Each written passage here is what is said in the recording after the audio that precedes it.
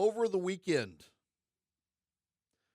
in New York City, in Manhattan, according to a viral news report in New York City that did not get a lot of attention but has subsequently been confirmed, a man walking with his girlfriend was set on fire by a migrant.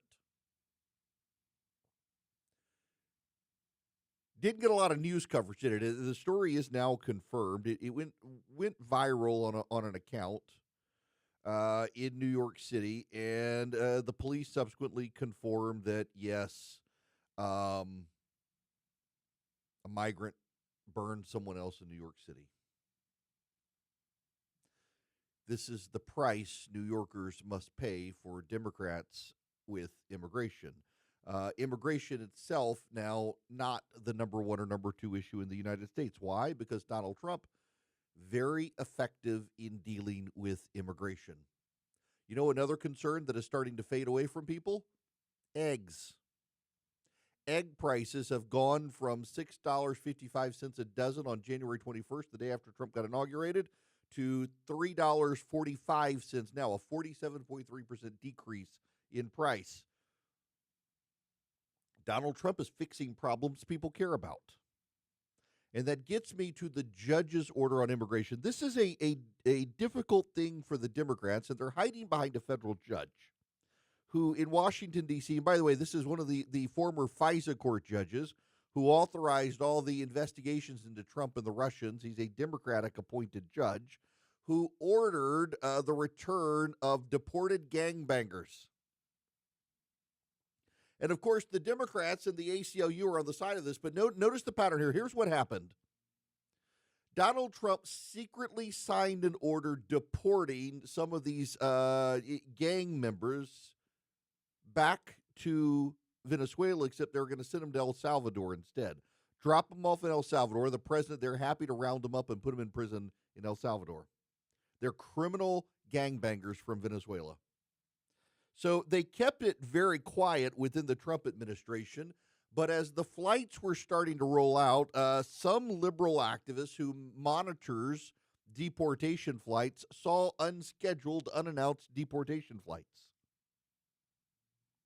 and rushed to the ACLU, which in turn rushed to federal court and got a Democratic judge to order a return of the flights. Now, here's what we know. The flight was already outside U.S. airspace, was actually above the Yucatan Peninsula, almost to El Salvador, when word came that the judge had ordered a recall of the flight, and the Trump administration just didn't send word for the plane to turn around. They don't want to say they ignored the judge's order, but they ignored the judge's order. Some of them are willing to say within the White House that, yes, they decided to ignore the order. Others are saying, there was confusion.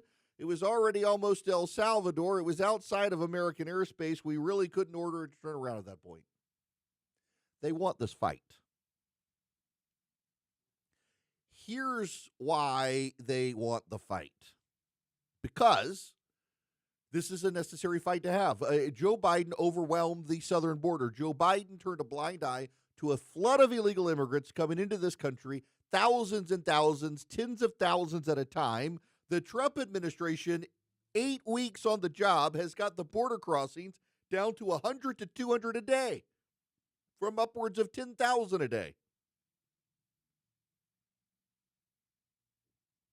This is a politically created crisis, and the Democrats are running to Democrat-appointed judges to undermine the president of the United States. Now, to be fair and intellectually honest, when Democrats are in charge, Republicans run to courts controlled by conservatives.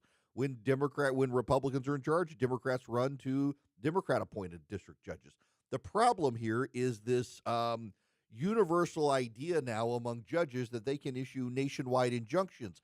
I have intellectually, honestly, opposed it when conservatives do it. I oppose it when progressives do it. But there is already Supreme Court precedent in this case that once someone has been ordered, deported by the United States government, Judges can't turn around and undermine the deportation order until that person goes to where they are and they can apply and come back.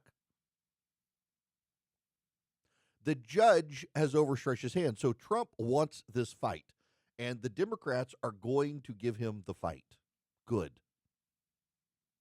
The Democrats are going to take Donald Trump to court over this, and Donald Trump is probably going to win in the United States Supreme Court, and probably win on multiple aspects of this. One, Donald Trump is probably going to win in the Supreme Court on the issue of nationwide injunctions.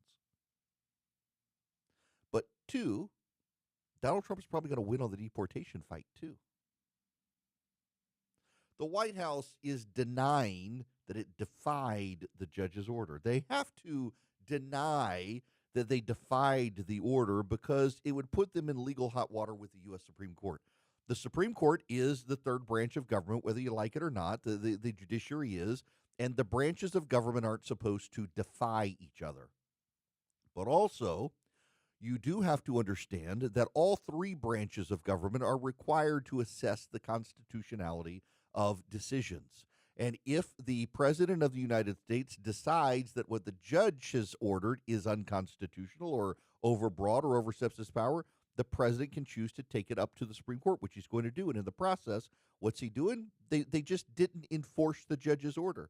He didn't defy it. He just chose to slow roll enforcing it. The plane was already out of U.S. airspace. Now, did he actually defy it? Yes. They can't use that word.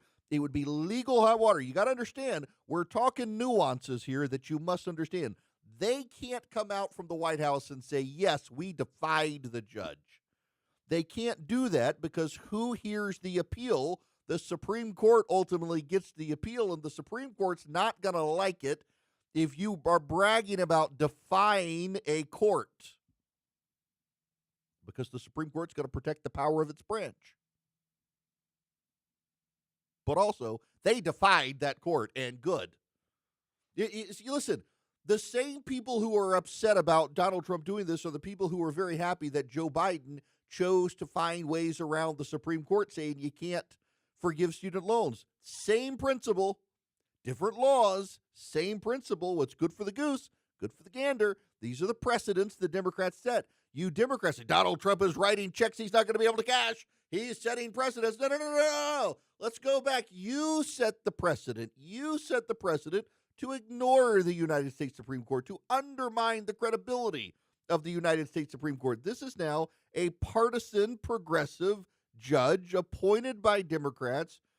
The ACLU was able to get this judge to do this, and it's now set up a great legal challenge for Donald Trump. It's also put the Democrats in a very awkward position. Do the Democrats really want to defend the recall of violent gangbangers? Do they really want to do this? Seriously, do the Democrats wish to stand on the side of violent illegal aliens from Venezuela? They can hide behind the federal judge, but at some point they're going to have to say, do they want those people here or there? The polling that has come out now says that immigration is no longer a priority issue for the American public. Immigration, no longer a priority issue for the public. Let's take a look at this. It is one of the most dangerous, treacherous stretches of landscape to get to this country. The Darien Gap. Many people die along the trail there. There were 408 crossings through there last month. Now, there are ways to go around it, but can you even imagine? If we know that number of how many came through, how many didn't make it? That's a massive drop from August 2023. You ready for this? 82,000. If 408 still sounds like a lot because many of them are children who are being carried, we know that from the reporting that's gone on. 82,000? How many people died trying to get here? I mean, this is huge evidence. That's Harris Wagner on Fox News. So 82,000 in February of 2023. Last year, it was 37,000, February 2024. For February 2025, 408. 408. probably a little higher. Those are the ones we know about, but 408 known. From 82,000, the precise number, 81,946, it's August of 2023, down to 37,166, February 2024, to now 408. Immigration has fallen to the fourth most important issue for voters because Donald Trump has solved the problem. He simply solved the problem by being president. As he said at his non-State of the Union address to Congress, that they said you would have to change the law. Actually, all you had to do was change president. Promises made, promises kept by Donald Trump on this issue. And now you've got the Democrats daring to side with illegal alien gangbangers from Venezuela led into this country by Joe Biden. Good. I hope they have the fight. This is going to go to the Supreme Court. Going to go to the Supreme Court. Here's the statement from Carolyn Leavitt, the White House press secretary. The administration did not refuse to comply with the court order. The order, which had no lawful basis, was issued after terrorist TDA aliens had already been removed from U.S. territory. The written order and the administration's actions do not conflict. Moreover, as the Supreme Court has repeatedly made clear, federal courts generally have no jurisdiction over the president's conduct of foreign affairs, his authorities under the Alien Enemies Act, and his core Article 2 powers to remove foreign alien terrorists from U.S. soil and repel a declared invasion. It is a declared invasion. The president declared the invasion. Congress might not have declared war, but the president said it was an invasion. Side note, this is why Congress should clean up the law. If the Democrats are horrified that Donald Trump did this and had the power to do this, why don't you start repealing the laws that are on the books instead of screaming about Donald Trump? Do your job. Congress doesn't want to do its job. Democrats want to go on MSNBC and cry about the president. That's all they want to do. Cry about the president. Mean old Donald Trump. Mean old Donald Trump did something you allowed him to do because you kept a law on the books from the late 1700s. But can any Democrat out there, can any Democrat say, yeah, we actually want the gangbangers in this country? Can any Democrat say this? You know, the New York Times tried. They came the closest this weekend. They did a story about how St. Louis, Missouri, with a decline in population, was being offset by immigrants to the community. But Donald Trump's deportation orders changed that. In other words, St. Louis was trying to resurrect itself on the backs of illegal aliens. Illegal aliens. Do they really want to be on the side of the gangbangers? Apparently, yes. Apparently, the ACLU does, too. They want to be on the side of violent criminals who are now not in this country. I gotta think, if you ask the American public, did you know that Democrats want violent gangbangers from Venezuela to be here illegally? I suspect most people would say, no, we're not happy with that. We're happy with Donald Trump. But the Democrats, they are lined up to be on the side of the bad guy time and time again. This, my friend, seriously, this is an 80-20 issue. And they can't hide behind this federal judge in perpetuity. At some point, the Democrats are going to have to be held accountable and will be made to account. Are you on the side of the TDA violent gang, or are you on the side of the American people? And if you're on the side of the American people, shouldn't you too be okay with the president deporting these people? There are Democrats now claiming the reason we needed to have this deportation hearing for these gangbangers is because how do we know they're gangbangers? Trump might have just said that they're gang members. How do we really know? We know because the Biden administration processed them into the United States. How do you know that? How do you know where they're from? Anything about them? Because the Trump administration pulled the files. He pulled the files. And guess what? Turns out these people have criminal records in Venezuela. That's how we know who to target. He's not randomly pulling up some dude and say, you look like you're from Venezuela. We got to deport you.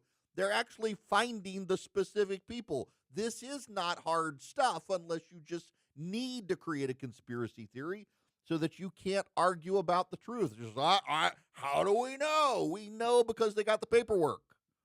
Again, it's not hard. Biden was just lazy and got dementia. Friends, Democrats have a problem. They're hated. They are hated. You know what's not hated? DOGE. DOGE is not hated. 46% of Americans say DOGE is a good idea. 40% say it's a bad idea.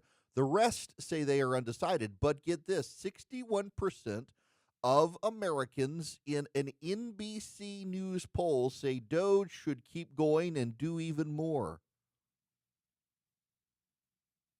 33% say keep going and do even more. 28% say keep going but slow down. That is well over 60%. 60% say DOGE should keep going. Now, here's the point of this. Democrats try to tell you it's Donald Trump is deeply unpopular. Donald Trump is bad. Orange man bad. We're good. Except it's not. That couldn't be further from the truth. That's not true at all. The data actually shows that DOGE is popular. Now, I told you this a couple of weeks ago. You will recall I said we got to be careful going into the media echo chamber because in the media, DOGE is unpopular. So all the stories in the press are DOGE is unpopular, DOGE is bad, DOGE must be stopped. And you can begin to think that, oh, DOGE really is bad. But that's not what the data shows. The data shows from NBC News, not exactly an organization friendly to Donald Trump, that over 60% of Americans say DOGE should keep going. That's from NBC News. The same polling shows the Democrats are deeply unpopular. You know what else the NBC News polling shows? Well, let's see if I can get this from Steve Kornacki.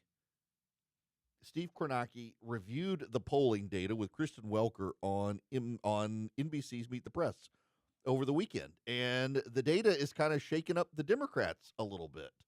First of all, the mood of the country. This really jumped out. We asked folks, is it on the right direction or the wrong direction? That 44% who say right direction, that's up since November. And if that doesn't seem like a lot, the last time it cracked 40%, you got to go back to 2012. The last time it actually hit 44 or higher, January of 2004. So a lot of this is Republicans, but independents, that number is also up since the election on the direction of the country.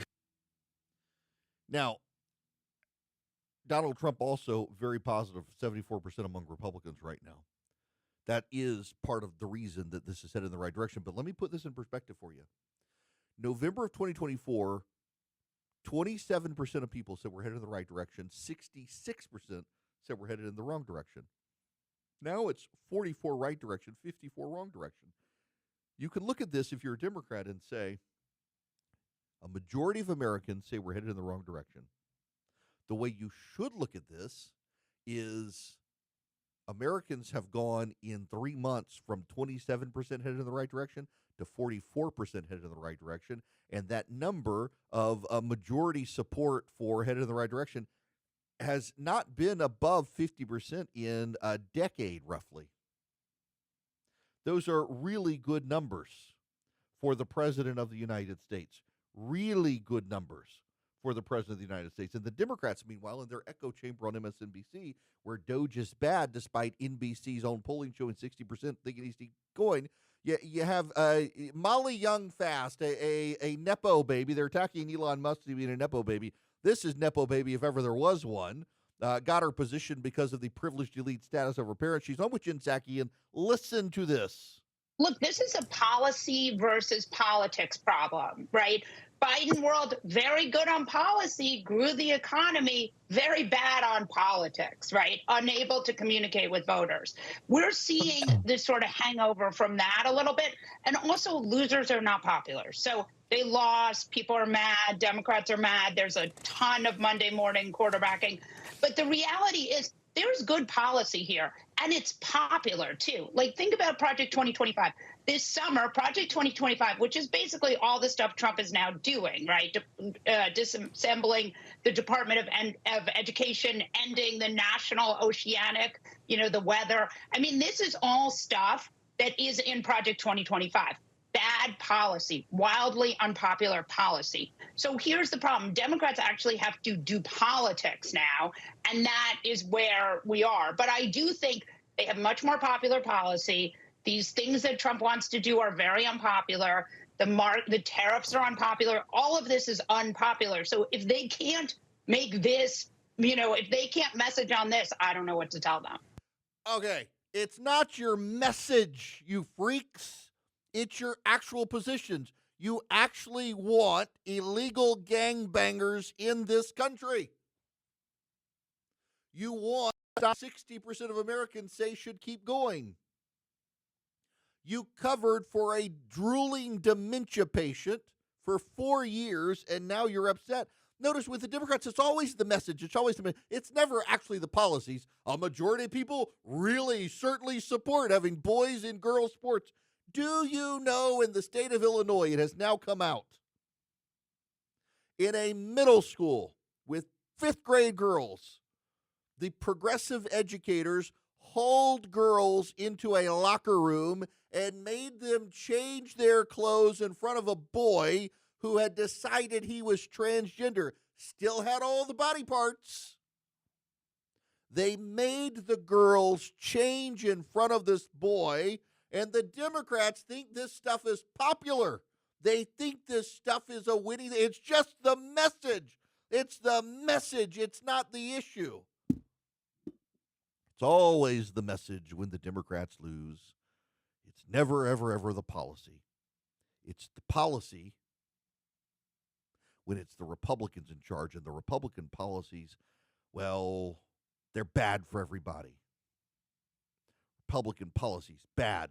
Democrat policies, good. Republican message, good. Democrat policy message, bad. That's why Democrats lose. Republicans have good. What is the Republican message? We'll keep boys out of girls' sports, and we'll round up the illegal aliens and send them back to Venezuela. That's a pretty good message. And also, you know what else it is? It's a really good policy supported by most Americans. Notice at the end what Fast says there is tariffs. Tariffs. Yes, majority of Americans, they don't like tariffs.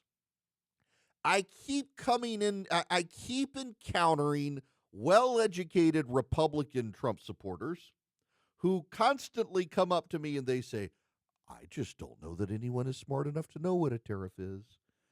I just don't think that, the people in my family, they don't know what a tariff is. Actually, most people understand a tariff is a tax. And whether they understand how it works or not, it isn't popular. And I think Republicans, president included, probably need to walk away from the tariffs. It is the tariffs. When you look at public opinion polling and you put your finger on what is the drag on the GOP, it is not DOGE. It is not realigning foreign policy. It is not moving fast on cutting government. It is not tax cuts. It's none of those things. It's tariffs. Tariffs are the thing holding Donald Trump back right now because Americans understand that when a tax is put into effect, they're going to be the ones to pay for it.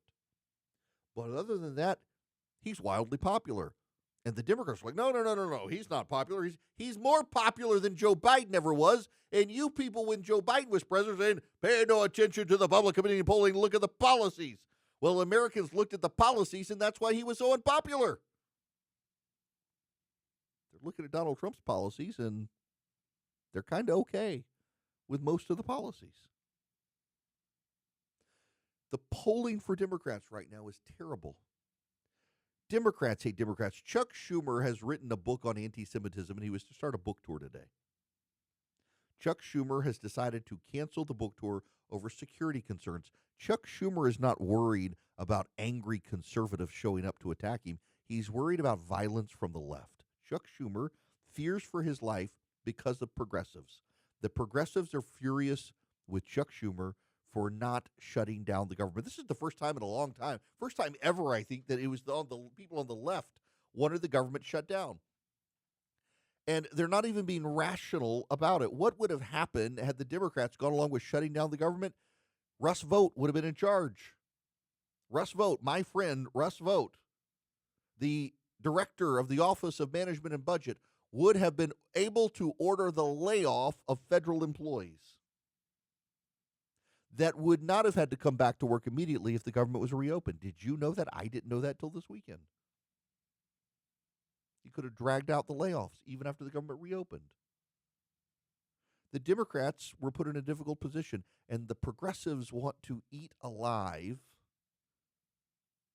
the Democratic leaders in the Senate. Chuck Schumer is now learning what it's like to be Mitch McConnell. Mitch McConnell, the Republican leader of the Senate, for the longest time took all the bullets from the right. Most people on the right hate his guts. I will defend McConnell's record on occasion, like, oh, you sellout squish. Like, you wouldn't have a conservative Supreme Court but for Mitch McConnell killing off the Merrick Garland nomination. They don't care. McConnell, for years, was the guy who was willing to take all the hate from the right in order to protect members of his party he needed for a majority. And that's what Chuck Schumer is now having to do. Chuck Schumer is having to take on the fight, and Chuck Schumer is having to take all the bullets from people like Alexandria Ocasio-Cortez, metaphorically speaking, of course, in order to protect the more moderate members of his party. Now, you will note there are guys like John Ossoff, the most endangered Democrat in the Senate from here in Georgia. He voted against funding the government. He supported a government shutdown. He voted against protecting girls in sports. He's building a record that's going to be used against him in a place like Georgia. And Chuck Schumer knows what's coming in 26. Even if Donald Trump becomes unpopular in 26, with openings in Michigan and openings in New Hampshire and a guy like Ossoff in Georgia, the odds are the Republicans still do well in the Senate elections. And Chuck Schumer will have an even smaller minority. But the Democrats don't care. They want to fight everything, fight everything. You know, the wild thing is when you look at independents, who are independents? In polling, you need to understand this. Who is a self-described independent in polling? An independent in polling tends to be someone who leans Republican, but doesn't like the Republican Party. Turns out the independents hate everybody. The independents think that the Republicans are too extreme and the Democrats are too extreme. The Republicans are too crazy. The Democrats are too crazy. But you know what the independents also think? The independents think that the Democrats cannot actually be trusted right now with power. They would rather keep Donald Trump in power, even if they think he's too extreme, because they think the Democrats are even more extreme. And it doesn't help it when the Senate Democratic leader can't do a book tour about anti-Semitism because he's scared about the anti-Semites in the Democratic Party trying to hurt him. And these are the same Democrats who think that we should have gangbangers in the United States. Brace yourself. Donald Trump, according to CNN's polling, also has Donald Trump with 47% approval rating, the highest it has ever been in a CNN poll. Meanwhile, the Democratic Party, 29% in the same poll. How's that working out for you, Democrats? How's it going to work out for you? Probably not too well. The Democrats are headed towards a crack up, and I am here for it. They need to put AOC in charge. Just let her be in charge and alienate the masses of Americans the very first time she says birthing person, because it will happen. Everybody wants to know about the auto pen. Joe Biden, the auto pen. You know, Donald Trump put up pictures of the presidency on the wall. It's very funny outside the Oval Office. There's Donald Trump's presidential portrait from his first term, and then he's got a picture of Joe Biden's auto pen for the Biden administration, and then a picture of Trump's mugshot for his second term. It's very funny. Everybody wants to know about it. I was a lawyer for 6 years, still have my law license. I practiced in corporate law settings. I can tell you as a rule of thumb under federal law, you can sign someone's name for them, and it's binding. So I don't know that Donald Trump has legal basis for the auto pen. It certainly is notable how often the auto pen was used for Joe Biden, including it appears on some of these pardons at the end of his administration. But the law on signature is actually pretty clear on this. If they used a machine to generate Joe Biden's signature, but they had Joe Biden's consent, it is as good as Joe Biden signing it itself. Don't argue with me that you think this is nonsense, these are parts, whatever. I listen, I understand your concern, but I'm telling you what the law is, not what your emotions are. And the law is that if I sign your name and you have explicitly told me I have consent, I have permission, I can do it and get away with it. I myself can sign a contract with a big fat X instead of my signature. And if I intend for that X to be my signature on the document, I'm legally bound by it. And in this case, you're not going to get Joe Biden to say, well, I'm sorry, I didn't consent to pardoning my son. I had no idea they used the auto pen. You're not going to do that. And let's say they haul him into court and he's too incapacitated to testify.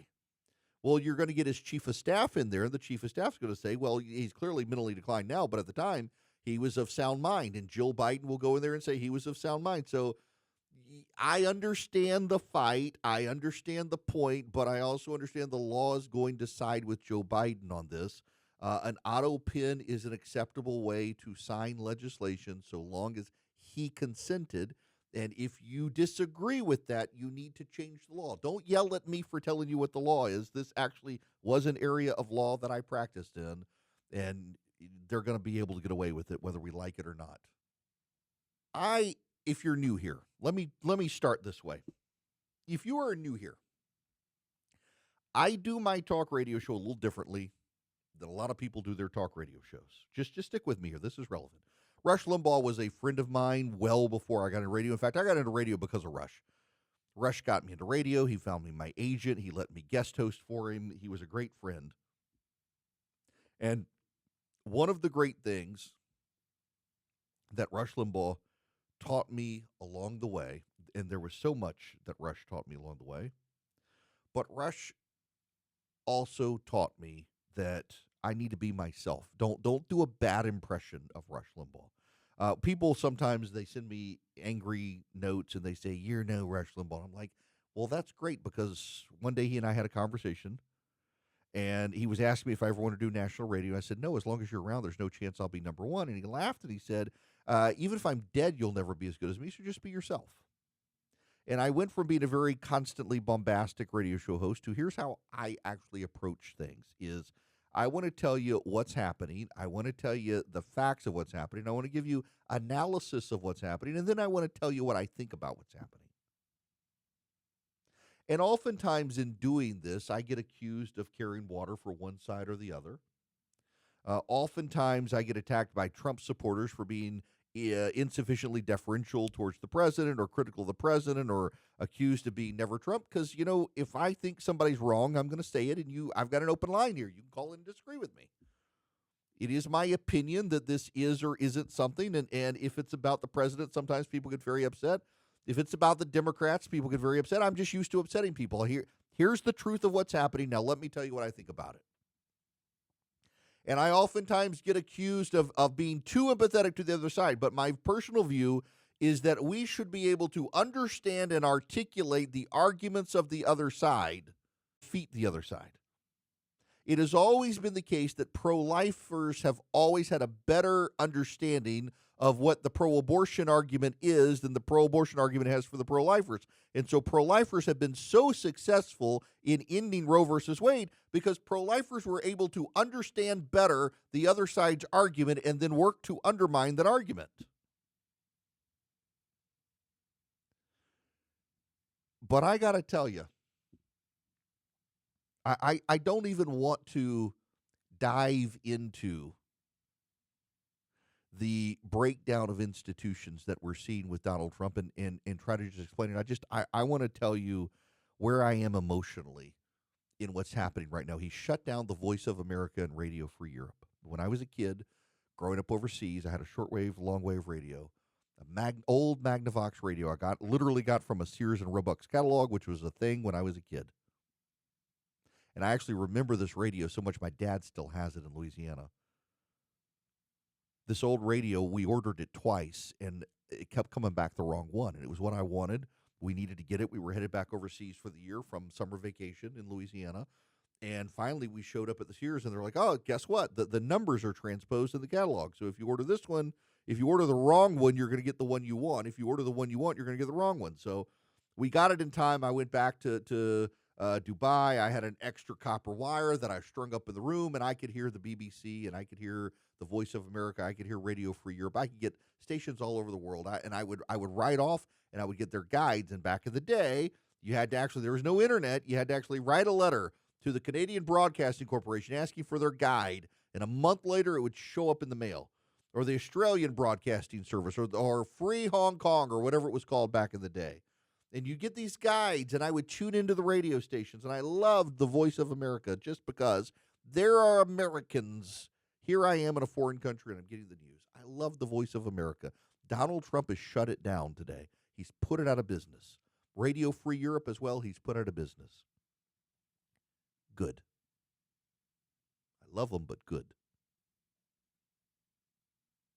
I have come to the conclusion that too many of these institutions are too irredeemably corrupted by progressives to be saved. That includes academic institutions. It includes academic institutions. It includes governmental entities like USAID. It includes places like the Voice of America. It includes National Public Radio. They're irredeemably corrupt. See, the right was fine with neutral entities. Now, I know I have friends out there who say there's no such thing as real neutrality. No. Math is a neutral thing. Math is neutral. 2 + 2 = 4. Whether you say it in English or you say it in Chinese, 2 + 2 = 4. That is neutral. What is not neutral is when you are captured by progressives, these neutral institutions like the academy, and suddenly 2 + 2 = 4, except if you're non-white, you can't hold them accountable for getting it wrong because you're systemically racist. At that point, burn the institution down. People are all upset about Project 2025. What about the 1619 Project from the New York Times that completely rewrote American history into some portrayal of racism that simply was not true and was rejected by academics from the left to the right? Far left academics said Project 1619 was wrong, or 1670, whatever the hell it was, that it was wrong. It was a fabricated revision of American history, and the New York Times still turned it into an academic curriculum available to public schools, some of which adopted it. Burned those institutions to the ground. Put salt on them so they can never grow up again. The left calls people like me culture warrior. I am an evangelical Christian. I believe God made all things and that he sent his son, Jesus Christ, who was born of a virgin, suffered under Pontius Pilate, was crucified, died, was buried, descended into hell. The third day he rose again from the dead, ascended into heaven, and he will come to judge the quick and the dead. I believe in the Holy Catholic Church, though I'm Presbyterian. I believe in the communion of saints. I believe in all of that. And I'm called a culture warrior by people who want to put boys and girls sports, not because I'm fighting them, but because I'm just standing there saying, no, I think we should keep the status quo. Somehow I'm the culture warrior. They put porn in elementary schools, and I'm the warrior. I'm the one fighting. How the hell am I fighting? I'm just saying we should stand still and not be insane. And you people are like, you're a culture warrior. Well, guess what? This is what fighting looks like, and this is what losing looks like if you're on the left. Donald Trump is president of the United States, and he is wiping out these institutions. They are irredeemably corrupted at this point, and I don't have a problem with it. I'm sorry, but reasonable, responsible me who wants to try to empathize with the left and explain their situation, I get it. You're thinking, we just put these people in charge, and yeah, that maybe they drifted a little ways, but it's okay. No, it's not. I'm sorry. My kid goes to an institution that itself is not woke. My alma mater, it's not a woke university. She had a professor in her art program frog march a kid up to the front of the classroom and berate the girl because she was from rural Georgia with a church upbringing and dared to call a girl she in class when that girl had decided for herself that she was a they-them. And it was the normal girl who got frog marched to the front of the classroom and berated by the professor in front of everyone else that you must respect that person's pronouns. No, you know why you don't respect that person's pronouns? Because what that person is trying to do is exercise power over you by forcing you to say something that you know is not true. and you have to stand up to them, and you can't allow the law and the bullies of the academy to force you to give up the truth, because that's ultimately what they're trying to do with the pronoun gang, is they're forcing you to give up the truth. They're forcing you to say the sky is green and the grass is blue so that everyone else will too, so that we can change the definition of words. And when it's got to that point, the academy needs to be burned to the ground. USAID done a lot of good things, but it was funding transgender kids in Uganda and trans mice and lesbian acting troops in Burma and condoms in Gaza, not Gaza in Israel, but the Gaza province of Mozambique, and teaching men how to get circumcised in South Africa. What the hell? I have no idea. But an institution that's spending my tax dollars at a point we are $35 trillion in debt and thinks that we need to spread wokeism around the world is an institution that needs to be shut down and burned to the ground. For every progressive listening to me right now say, you're setting a dangerous precedent. No, you set the precedents. You are the people who shut down classrooms across America, refused to reopen them, and then when we had a learning gap, you said, it wasn't us. I mean, Donald Trump started it. You are the people who, when we said, hey, it seems logical the virus came from the Wuhan Institute of Virology, you're racist for saying that. Now you're like, hey, guess what? Yeah, our bad. It was true. Let's move on. No, you destroyed people's careers for speaking the truth, and now you're like, oh, our bad. No, your institution should be burned to the ground. I got a lot of criticisms on occasion for things Donald Trump does. This is not one of them. His war on American progressive institutions, these were neutral institutions. They were neutral. They promised not to take sides, and they did. And uniformly, they took the progressive side, and they came out, for example, for DEI, and they said, we need diversity so long as it's not intellectual diversity, so long as it's we got gay and straight and black and white and male and female and transgender, as long as they're all perfectly progressive, we're fine with it. Burn them to the ground. Burn all those institutions to the ground. They are irredeemably corrupted. And for you progressives who don't like it and say, we're going to be back in power, you're right. You're going to be back in power. And what you're going to find when you're back in power is you're going to have to rebuild the institutions because they're not going to exist anymore. It's a lot quicker to tear stuff down than build stuff up. And that's all part of the plan. Tear it all down and dare you to try to rebuild it in your image. Dare you to try to do it. And one day Republicans will get back in charge. And guess what? We'll level it all over again. You had a choice to have these institutions stay neutral, and you chose to weaponize them against conservatives and stock them full of progressives. And now this is what losing looks like for you. Biden became president in his rush to reform all the things that Donald Trump had done. One of the dumb things Joe Biden decided to do was to take the Houthi off the terror watch list. Now, I am not an expert on the Houthi. I'm not. I did grow up overseas. I did spend time in the Middle East. I'm familiar with the political dynamics. When I was a kid in the 80s, you had North Yemen and South Yemen. They were divided. One was pro-West, one was pro-communist. They merged over time. The pro-communist one, naturally, after the fall of the Soviet Union, went bankrupt, needed help. They merged. Well, over time, a charismatic figure rose to power. It began bringing people into almost a cult, and they are the Houthi, and it is a religious movement funded by Iran because the Houthi are a Shiite minority. For those who are unaware of the dynamic here, Islam has two primary branches, Sunnism and Shiites. The Shiites believe that the leader of Islam must descend from the Prophet Muhammad. The Sunni believe it does not necessarily need to be a bloodline relative of Muhammad to lead the movement. And over time, the religious traditions and interpretations of Islam have differed between the Sunni and the Shia, and there's a real religious rivalry there. Iran is the hotbed center of Shiite Islam, and they fund proxies, largely Shiite-supporting proxies around the world, including the Houthi in Yemen, who have been firing on ships ever since October 7th and the situation with Israel and their response to Hamas. The United States has had to send naval vessels into the Red Sea to take on the Houthi, and the Biden administration was not very aggressive. The Biden administration would lob a few missiles here or there, but they really wouldn't do anything to stop the Houthi. The Houthi claimed they were only targeting ships headed to Israel, and that turned out not to be true. And the result is that a lot of shipping to way around Africa, the whole continent, to get to Europe than to go through the Red Sea. It's a lot quicker. It takes about 2 weeks off the trip to go through the Red Sea. So the Houthi and the pirates combined in the Red Sea, tying up shipping channels, caused a lot of problems for international trade. Donald Trump over the weekend decided it was time to take out the Houthi, and we lobbed a lot of missiles at the Houthi, and it is ongoing. Marco Rubio was on television with Margaret Brennan talking about this situation.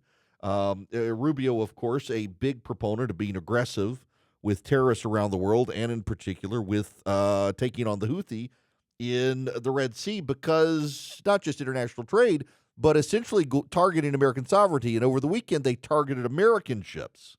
For our audience, just to explain, this Red Sea area is a really important transit point for global shipping. The Houthis out of Yemen have been disrupting transit there for some time. President Trump cited these concerns when he announced the strikes. I'm wondering, how long will this campaign last, and will it involve ground forces? Well, first of all, the problem here is that this is a very important shipping lane, and in the last year and a half, the last 18 months, the Houthis have struck or attacked 174 naval vessels of the United States, attacking the U.S. Navy directly 174 times, and 145 times they've attacked commercial shipping. So we basically have a band of pirates, with guided precision anti-ship weapons. Of course it would crash on me. Let's try one more time. Marco Rubio talking to Margaret Brennan. See if I can fire up the sound system one more time on this thing. Well, no, what he went on to say, sorry folks, technical issue. What Marco Rubio went on to say is that global shipping has been denied, and the United States intends to do everything possible to take on this. Mike Waltz was on with Martha Raddatz on ABC. Now to President Trump's national security advisor, Mike Waltz. Good morning, Mr. Waltz. Let's get right to this. We have seen strikes like this before under the Biden administration. The Houthis kept firing missiles. What's different with this? Well, thank you. And the difference is these were not kind of pinprick back and forth, what ultimately proved to be feckless attacks. This was an overwhelming response that actually targeted multiple Houthi leaders and took them out. And the difference here is, one, going after the Houthi leadership, and two, holding Iran responsible. It is Iran that has repeatedly funded, resourced, trained, and helped the Houthis target not only U.S. warships, but global commerce, and has helped the Houthis shut down two of the world's most strategic sea lanes. We have, Martha, 70% of global shipping is now diverting around southern Africa, adding to the cost of goods, disrupting global economies, adding to or shutting off supplies to the United States. President Trump has found it unacceptable. What we inherited was a terrible situation, and this is one of what will be a sustained effort to right that wrong and to reopen global commerce. Yes, it is about global commerce, but it's also about the United States' involvement around the world. The Biden administration, however much Democrats try to defend it, was actually not very strong on the world stage. It's why Vladimir Putin invaded Ukraine. I know Democrats get very sensitive when you point this out, but it's the God's honest truth. Notice when Donald Trump was in the presidency, Vladimir Putin left the Ukrainians alone. Joe Biden spread weakness around the world. Were Donald Trump president of the United States on October 7th, 2023, I personally do not believe Hamas would have engaged in its attack on Israel. I don't think they would have. I don't think Putin would have invaded Ukraine, and I don't think the Houthi would have been as emboldened in Yemen to do what they have done. And our attacks on Yemen are going to continue, going to engage, and hopefully going to wipe them out. Now, Margaret Brennan did ask Marco Rubio on CBS Face the Nation if there would be boots on the ground. He said, not to his knowledge, no one's talking about boots on the ground. And I don't think they are. We can lob missiles at the Houthi. But one of the other aspects of this that is deeply relevant to it is that the Houthi are funded by Iran. And to the extent the Houthi are doing what they're doing, the Houthi are, in fact, in the pocket of the Iranians, and they should be held liable for what's actually happening. One more. This is Mike Waltz on the Iranians. And the president has said Iran will not be allowed to have a nuclear weapon. A week ago, warning that Iran, something is going to happen very, very soon that will solve the problem if there is no peace deal, and talking about nuclear weapons. So what is he talking about? Is he talking about a possible strike on the nuclear facilities by Israel? And would the U.S. join in that? Well, what the president has completely, as repeatedly said, is that Iran cannot have a nuclear weapon. All options are on the table to ensure it does not have one. And that's all aspects of Iran's program. That's the missiles, the weaponization, the enrichment. They can either hand it over and give it up in a way that is verifiable, or they can face a whole series of other consequences. But either way, we cannot have a world with the Ayatollahs with their finger on the nuclear button. We cannot have a situation that would result in an arms race across the Middle East in terms of nuclear proliferation. And President Trump is determined one way or another. Iran has been offered a way out of this to make sure that we don't have a world that can be threatened by a radical regime. Not only our ally Israel, but the entire world that would be threatened by a radical regime that could destroy not only Israel but its neighbors and have the capability to hit the United States. Martha, we cannot imagine a situation like that, and we're not going to have it. Amen. Amen. We can't afford for Iran to have nuclear weapons. See, there's this belief that all parties are rational actors on the world stage. But if you are fundamentally dogmatic and believe that it is your role on planet Earth to bring about the end times, to bring about the Mahdi so that you can have the return of Muhammad and the end times, well, it's rational for you then to use nuclear weapons. See, you and I look at this and say, particularly in the West, we look at this, religious fundamentalism is rational, except, y'all, I put the fun in fundamentalism. But if you're a Western elite, you look at this and say, religious fundamentalism, that's not rational. These people, they're rational actors. Well, they're rationally religious fundamentalists who believe that they've got to wipe out Israel to bring about the end times. It's part of what they believe. And so it's rational for them to want to have nuclear weapons to wipe out Israel to bring about the Mahdi. That's a personally rational thing for a religious fundamentalist to want, even if you and I look on it and think, well, this is nuts. We got to stop them from getting a nuke. We also need to undermine them in funding groups like the Houthi and Hezbollah and Hamas and the other groups. Israel can't be doing it alone. We got to help. And the Biden administration refused to do the hard things that needed to be done, which is kind of the entire pattern of Biden's presidency. He was never willing to do the hard stuff.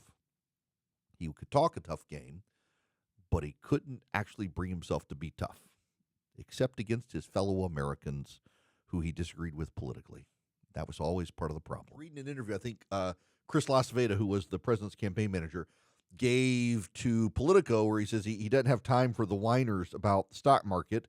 The stock market declining last week. Let's look at where the market is right now. Have you seen? The Dow is up 437, NASDAQ up 73, S&P up 45. The markets are encouraged by the things they are right now seeing, and I'm glad. Probably my favorite cabinet secretary for Donald Trump right now is Scott Bissett, who is a brilliant, brilliant man. as those who live in Charleston, South Carolina tend to be, and also is able to easily explain things. So if you listen to idiots like Ibram Kendi, the race hustler, he uses word salads like Kamala Harris. They use word salads. It's one of my problems with academia these days is you have to willfully write things in the most obscure ways. And the academy, the universities have decided for PhD programs and the like, that the bigger the word, the more convoluted the word, the better off you are. There's a TV show I like called Severance. It's on Apple TV. It's actually a very good show. And one of the stars, one of the characters, his name is Seth Milchick. And he uses very big words. And he gets disciplined at his office for using very big words. And his vocabulary is kind of an ongoing plot point in the show. And he tries to use very big words. A buddy of mine was working on his PhD. So he got deeply frustrated in his PhD because everyone who was on the panel that was going through his dissertation liked his liked his dissertation, except they said that it wasn't written at an academic level. And he actually was writing a book that could not just be published as his dissertation, but also be published for people to understand. It was a difficult topic, and he worked very hard to make it easily understandable to people. And he was dinged by the professors for making it easily understandable. It's actually a sign of smarts when you can take a complicated subject and make it uneasy to understand by other people. The idiots like Ibram Kendi, they use these polysyllabic words and dance around things so that you can never really understand what they say, because what they say is so absolutely profoundly stupid, they don't want to be pinned down on it. So they obfuscate, they use obscure references, they twist their words, because that's not what I meant. Well, explain what you meant. And they can never explain what they mean except in a convoluted way, so you can still never understand what they mean. So when you try to characterize them, they say, that's not what I meant. It's frustrating. This is why I like Scott Bessent, because Scott Bessent is a very, very smart person who is deeply informed about financial markets and understands most people don't understand financial markets, and he's willing to speak plainly to people on Wall Street and on Main Street about the economy. Top 10% of Americans are 40 or 50% of consumption, and that is an unstable equilibrium. The bottom 50% of working Americans have gotten killed. We are trying to address that. We're trying to get rates down, and could we be seeing that this economy that we inherited starting to roll a bit? Sure. And look, there's going to be a natural adjustment as we move away from public spending to private spending. The market and the economy have just become hooked. We've become addicted to this government spending, and there's going to be a detox period. There's going to be a detox period. Everybody has some idea, even if you've never been through a detox period, of detox periods. I came home a day early from my mini vacation, and probably was a detoxing event just driving home after 3 days of golf, beers, and cigars with buddies. The economy has been addicted to government spending, and there actually is a very credible argument that a lot of what we've seen is the government dumping money into the economy. It's also provoked inflation. And Bessent saying we have to go through a detox period. Why? Because America does better when the private sector is more robust than the public sector. America does better when we have a private sector that's growing and a public sector that's shrinking. I've mentioned this before. I know I'm a broken record on this. We got so many new listeners, though. Bear with me. Every dollar that's spent buying a government bond as government grows is a dollar not spent buying stock, not spent hiring people in the private sector, not spent investing in a private business. Every dollar the government grows is a dollar taken away from the private sector. You grow the private sector, you can grow money for the government. You grow the government, you're taking money away from the private sector. So you got to grow the private sector. The private sector will then generate enough tax revenue to float the government, but the government never generates enough revenue to float the private sector, except when we make a Potemkin village of the economy. And that's what we've been doing, and we got to get out of it. Besson also said our economy and our setup as a nation was not meant to have us just eating flat screen TVs, that cheap flat screen TVs are not necessarily the sign of a healthy economy. Now, I would disagree with him to a degree, but I think where he was headed was kind of the right place. Well, Chris, and thanks for having me here. And look, what I am not going to say that went on for a long time under the Biden administration and for a lot of the media, and I'm not going to point fingers, but they used to say it was a vibe session and the American people don't know what they talk about. And Donald Trump, his administration, myself, all believe that the American people know what they're feeling, and that we believe that our policies will change that. Clearly, they are traumatized from what's happened with this affordability crisis that was brought on by the previous administration. They want relief. We've been in for 8 weeks. We are putting the policies in place that will make the affordability crisis go down, inflation moderate, and that as we set the sails, I am confident that the American people will come our way, even if some of the media narrative doesn't. I think he's right. Now, look, I disagree on the tariff issue. I do. I do, however, think that, and this gets to something Besson's been saying quietly within the administration, the quicker Republicans can roll out their tax plan, the more it can offset the tariffs. If you're going to raise tariffs but not cut taxes elsewhere, well, that hurts the economy. But tariffs can be offset by tax cuts elsewhere. And you've also got a couple other things working in your favor. Right now, the reduction in gas prices. The nationwide average for gas has declined 4 straight weeks.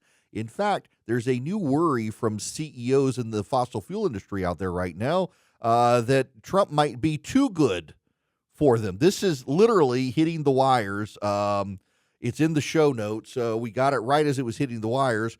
Remember, the barrel is always half full. That's the message on a huge electronic billboard in Midland, Texas, the capital of the U.S. shale oil revolution. The meaning is clear. Throughout booms and busts, American oilmen should always look to a brighter future. Yet that upbeat spirit is nowhere to be seen today. Overwhelmingly, the industry sees the barrel as half empty. There's a lot less optimism. Scott Sheffield, a shale pioneer, told me in Houston last week at an annual gathering of the American energy industry. The gloom seems counterintuitive. Donald Trump has brought his drill baby drill slogan back to the White House and installed an industry insider as Secretary of Energy, oil executive Chris Wright. The mood at the annual jamboree that attracts about 10,000 executives, bankers, and traders should be jubilant, except it wasn't. True, in public, everyone's happy about easing regulations and lower taxes, and not to mention the subject of climate change becoming taboo. But in private, executives are far more worried about Donald Trump's push for lower oil prices and the potential for a trade war-induced recession. For everything that affects the oil industry, production levels, costs, taxes, policy, and regulation, geopolitics, and sanction, when it comes to a barrel of oil, half full or half empty is largely determined by one factor: the price. Now, I hate to tell you guys in the energy sector, but oil at $50 a barrel is going to be good for everybody. You're still going to make money. It's no oil at $25 a barrel, but oil at $50 a barrel, down from where it is right now, you're still making a profit, but costs are way down for the American public. It improves our ability to travel. It lowers the cost of goods. It lowers energy costs. It's a good thing. The more excess oil available on world markets is a good thing for everyone, including the oil industry. And prices have started coming down. Part of the reason prices are coming down, if I'm really honest, don't shoot the messenger. Oil is based on what? A futures market. What are they projecting in the future? An economic slowdown. What happens in a slowdown? The price of oil goes down. So part of the reason oil is trending down, in all honesty, God's honest truth, again, don't shoot the messenger, part of the reason is because there is an expectation among some that the economy is going to slow down, and so People will be traveling less, spending less. That'll lower energy costs. But one of the other major reasons that oil is trending down is because the Trump administration is all about deregulation and lowering the costs to pull oil out of the ground. And that's actually a good thing as well. It's a very good thing that they're doing. It's a very good thing that the Trump administration is doing. And while Bissett, because he's in the administration, will defend the tariffs, everyone knows. I mean, that was one of the major reasons people were trying to stop him from being Treasury Secretary is he's not a fan of tariffs. He's actually written books opposed to tariffs. But he's doing his best to defend it and privately telling people in the administration that, you know what, you can offset the negative effects by hurrying up your tax cuts. And it looks like the Republicans in Congress are rushing now to try to make the tax cuts permanent. The Senate Republicans are concocting a plan to make Trump's tax cuts permanent, something that the House plan would not allow them to do. This will all be very good for the economy. I'm impressed with Bissett. I got to tell you, a buddy of mine who manages some money for me, and he's very well known nationally in finance. I was a little bit hesitant to support Bissett, and he reached out to me and said, there is no better pick for Treasury Secretary. This guy is one of us. And I'm like, well, that's interesting because he's gay and I'm not. But yeah, Bissett is. But he's brilliant. Free marketer, loves the free market, believes in the free market.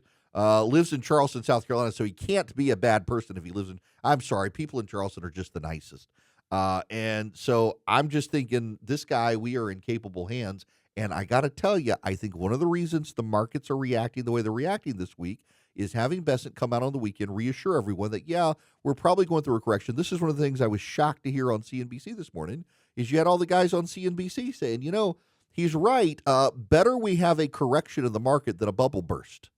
If a bubble bursts, the economic fallout is going to be terrible. You have a correction. The market can make its own adjustments slowly over time, taking into account the correction, and we're not going to have a major recession. We're not going to have a depression. We're not going to have some financial crisis like we had in 2008.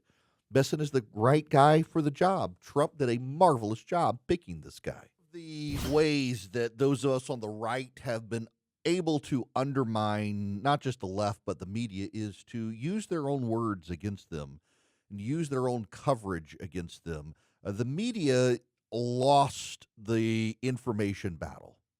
And so what they've decided to do is to try to regulate people's speech. Members of the press have become the biggest advocates of censorship in America. They believe that they have the freedom of press belongs to them and to no one else. This regularly comes up with journalists, and they've seized on misinformation and disinformation. But we on the right can highlight their misinformation and disinformation and expose the frauds that they are. The New York Times has done a story about Rasha Alawiya, who is a physician specialized in kidney transplants as a professor at Brown University, claiming that Donald Trump ignored a court order and deported this professor. It's not actually true, and in fact, upon further diligence, her attorneys have withdrawn from her case. Why? Well, it is against federal law. If you are here on a green card, you cannot voice your support for terrorist organizations. You don't have a First Amendment right, if you're here on a green card, to champion the causes of terrorists.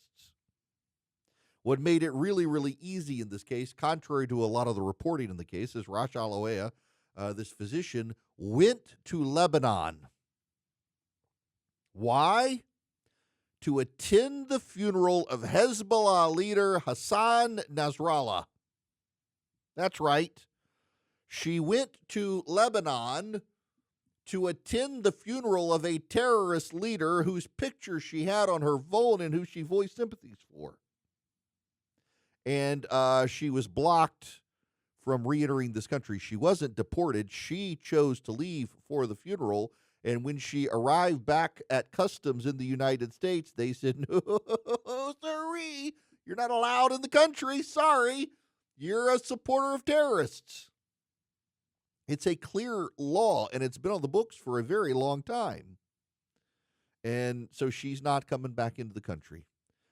Contrary to what the New York Times said, she was not deported. She left the country to attend the funeral of a terrorist and was just denied reentry into the United States. And that is perfectly legal, and that's why her lawyers have decided to withdraw from the case. This is a headline. I still, and maybe I shouldn't, I still go to the Drudge Report, and it has become just terribly broken in Trump derangement. I get oftentimes accused by the very most ardent, loyal supporters of Donald Trump for being never Trump. I didn't support him in 2016. I've supported him in 2020 and 2024. I've given him more money than virtually anyone who ever calls me never Trump, but there are still some people like, you hate Donald Trump. I disagree with every politician. I can't think of a politician I've ever thought 100% agreed with. And it is my show, and I feel like my job is to be honest with you and tell you. But I support so much of the policies that we're getting from Donald Trump. I mean, it was a no-brainer in 2024. Are you going to vote for a dementia patient or Donald Trump? And then when it changed to the walking word salad, are you going to vote for a hyper-progressive walking word salad or Donald Trump? Of course. Trump made more sense, even if I may disagree with him on stuff like tariffs. I'll tell you when I disagree. I'll praise him a lot.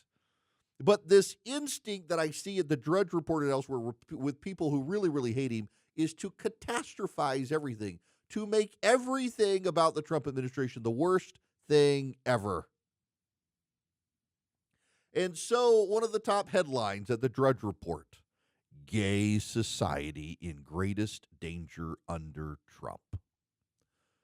This is Russell T. Davis. Gay society in greatest danger I've ever seen after Trump win. The Doctor Who writer says he feels a wave of anger headed towards us and hostility in the UK as well as the US. Now, this is from The Guardian.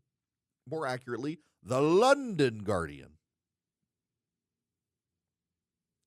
And he's so concerned, as a gay man, I feel a wave of anger and violence and resentment is headed towards us on a vast scale. I've literally seen a difference in the way I'm spoken to as a gay man since that November election, and that's a few months of weaponizing hate speech, and the hate speech creeps into the real world.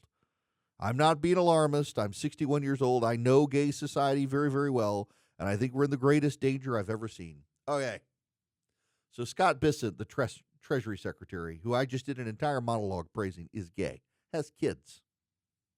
Gay, married to a dude, has kids. Richard Grenell, who is one of Donald Trump's most trusted loyalists and lieutenants, is gay. Donald Trump, not exactly hostile to the gays. Caitlyn Jenner, formerly Bruce, Donald Trump, and Donald Trump welcomed the support. The problem here is this. I will be diplomatic and delicate here. But over the last number of years, you know, and I know, whether you want to admit it or not, the gay rights movement, the alphabet gang, we should call it, because it's more than that. It's the trans movement. I mean, you used to have just L, G, and B, and then they added T, and then they added Q, and the I, and the A, and the plus, because they just keep adding letters. They've added so many colors to the pride flag now. It looks like Rainbow Bright threw up everywhere. And they've been so dominant, they've been censorious. So the trans movement, they've come after and silenced people and tried to cost people their jobs for not being willing to go along with the trans movement. And I'm sorry. For years and years and years and years and years, we were told that you're born that way. You're gay or straight, or you're born that way. And now along comes the trans movement that says we're part of the alphabet gang, and we're not born that way. We have to be chemically and surgically altered to be the way we're supposed to be, and it's profoundly different from what we were told. And now they say, well, we were born that way, but to get to that way, we now need you taxpayers to give us your money so that we can surgically alter ourselves. It makes no sense. At war with the English language, the pronoun game. The rule of thumb, by the way, is to never take seriously a single person who puts their pronouns in their Twitter bio or their signature line.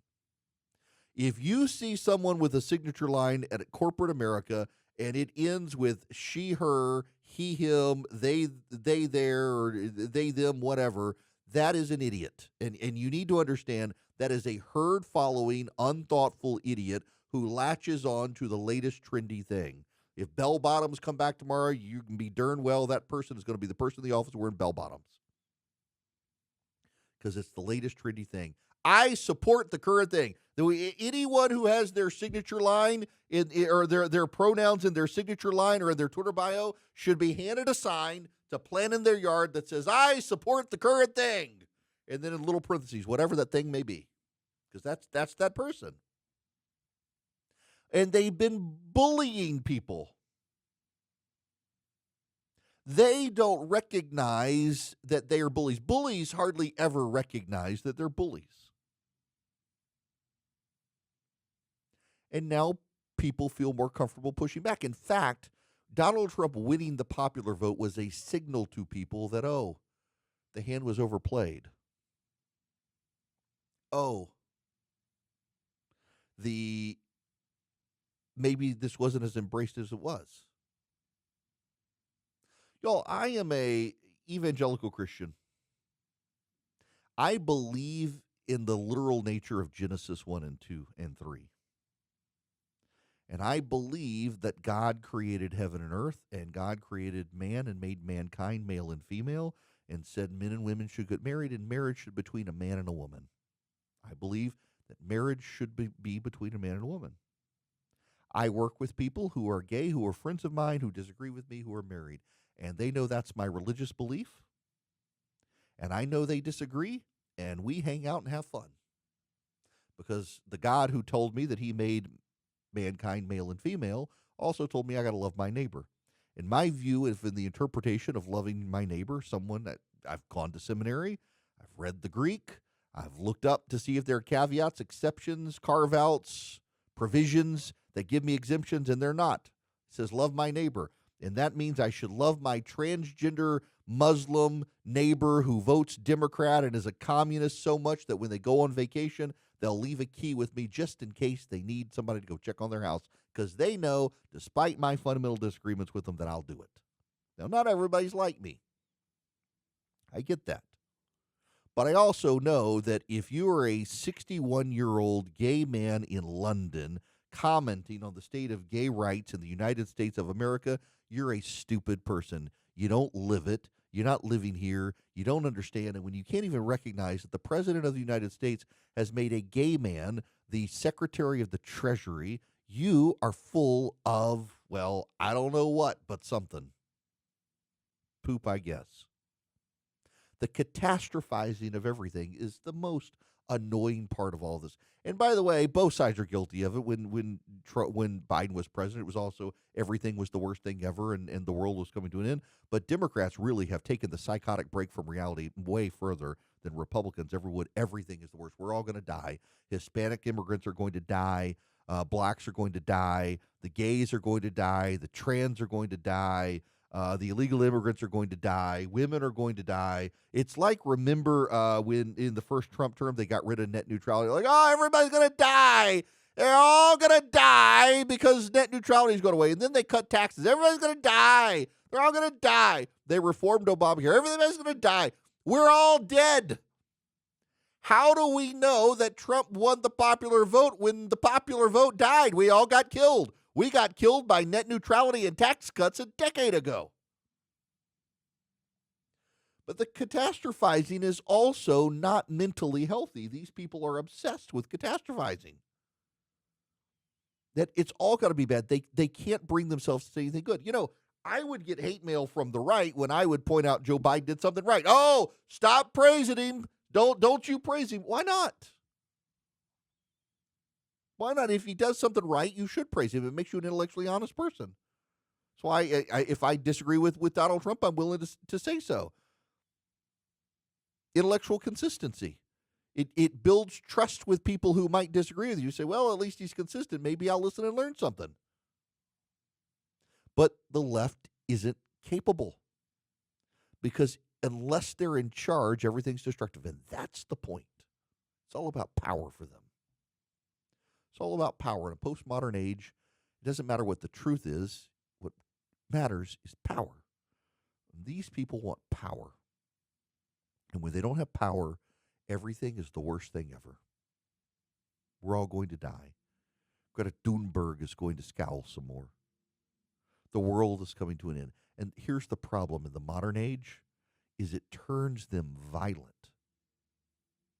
If you believe gay society is in the greatest danger you've ever seen because Donald Trump won, what are you going to do to protect gay society? Write a Doctor Who story? My producer says this guy single-handedly revived Doctor Who and then killed it.